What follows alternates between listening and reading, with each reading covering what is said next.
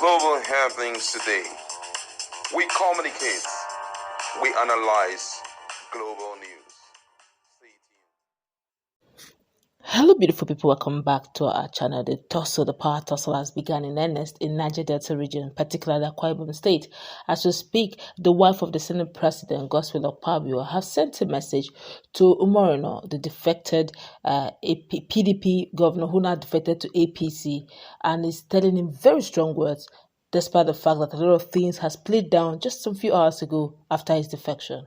You could recollect that some few hours after his defection, his predecessor and his godfather or former godfather, Emmanuel Udom, former governor of Akwa Ibom State, has sent a warning to Umo Eno that Akwa Ibom people will decide come 2027. For full details on that, please check our playlist. Let's find out the message that Godswill Akpabio's wife is sending ahead of time, and the power has begun. The power tussle has begun. As we speak, in a passionate speech at an All Progressive Congress event, APC, Ekaite Umo Akpabio, the wife of the Senate President, Godswill Akpabio, delivered an inspiring message, emphasizing faith and resilience in supporting her husband and the APC vision.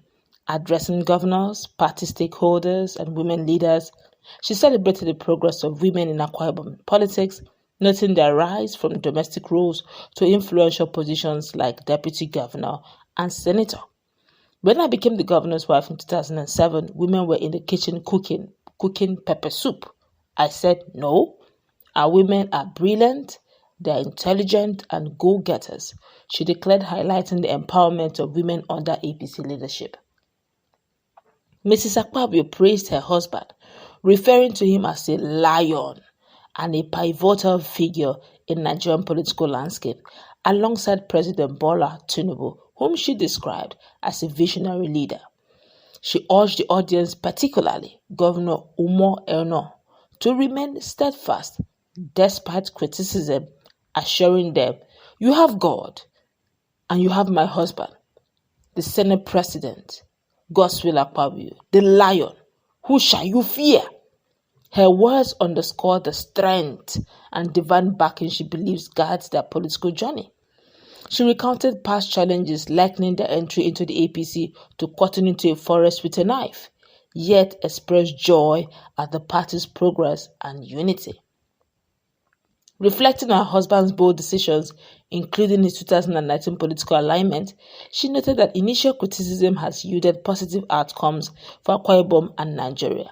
Mrs. Akpabio encouraged perseverance, citing biblical comfort. When Christ is with you, who can be against you? Her speech resonated with APC supporters, reinforcing the party's commitment to development and women's inclusion, while celebrating her husband's leadership as a fearless force in Nigerian politics. Wow, my colleague is in the house. I guess the lionic Godswill Akpabio is the one that will deliver Umo Eno in 2027.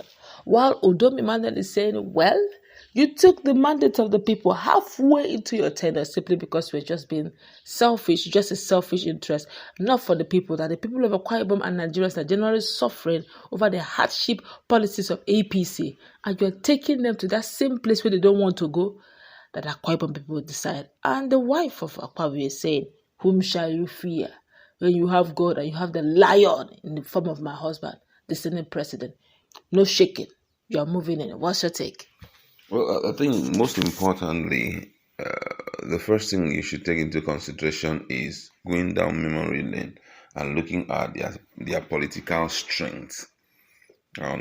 After he won his election, talking about Senator Godswill Akpabio won his election as a governor, second term and all of that, who has he been able to, handhold?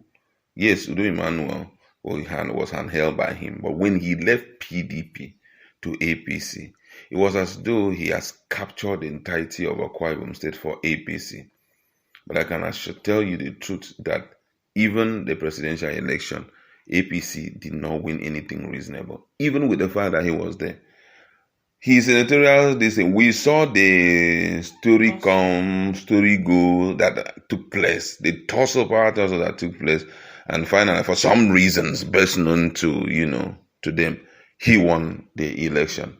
So I don't think that the Akwa State people, their politics are very, very tough. That their politics is that like that of River State. When they stand gidigba to hold their mandate, you can't break them. It's true. So right now, first thing first, who is your husband? He's a Senate president, highly respected. He may get his senatorial position again, no problem. But to capture the entirety of Akwa Ibom State for Udom, for Umo Eno, it's a Herculean task that I don't think he will come out victorious at the end of the day. The husband, he knows, that's talking about Senate president. If you talk about mouth word, that's being able to talk. He talks so well. He's a true politician.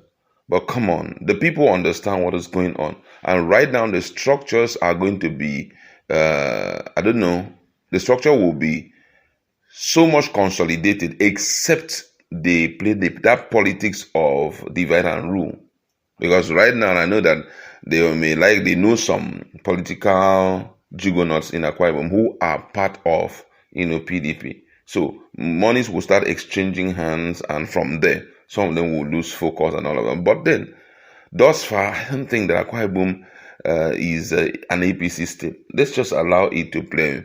As much as Nigerians are concerned, APC have done little above par when it comes to certain area. But insecurity, the economy of the country, the elites are the only one who are celebrating. On the street, ask anyone who is a common Nigerian, what's this administration like to you? Everybody detests everything that is going on because of this administration, a lot of people have lost so much. I just saw something from US, the ambassador to Nigeria, saying that their people are scared of coming in to invest here. As much as we revolve around infrastructure, but the issue of insecurity has been something that up till now, APC government cannot contend with it. Up till today, despite, so much money that is pushed in that direction. And then the economy is getting wonderful every day. Look at the dollars. I mean, people are going through a lot. So for you to think that by virtue of was the Senate president that he will do this, he has only one vote. Let's tell ourselves the truth. Everyone have your credentials will be the one to convince the people. But as far as I'm concerned, he has one vote. Yes, he has his own balance that one money cannot do, more money can do it. But I think that even the people themselves want to restore back PDP in the state. That's just my standpoint on this. All right, let's see how it plays out. But most definitely, it's not a case of lionic. If there are two powerful states that have over time observed that politics is very dicey, even politicians usually don't know their standpoint until the final result. It's Edo and Akwa Ibom State. Yeah. Before now, it used to be a bit of rivers, but ever since the emergence of Fubara, one really can't tell what it will look like. But for those two, I have seen Godswill Akpabio struggle to get his own mandate, despite the fact that he's an astute politician. So I hope that Udom Emmanuel, Umo Eno is sure of his movements, because with what Udom Emmanuel said, he's not going to borrow him his structure. Mm-hmm. And Godswill Akpabio will probably be asking, what are you bringing in? I thought you're a governor. You should have your own structure. So we can work together. Don't also forget that Akpabio himself will want to control that seat of power in Akwa Ibom. So before you know, there will be one or two tussle here, and they say, use your power now, and see, before you know, everything will be remote control from somewhere, and he may be kicked out at the end of the day. So he should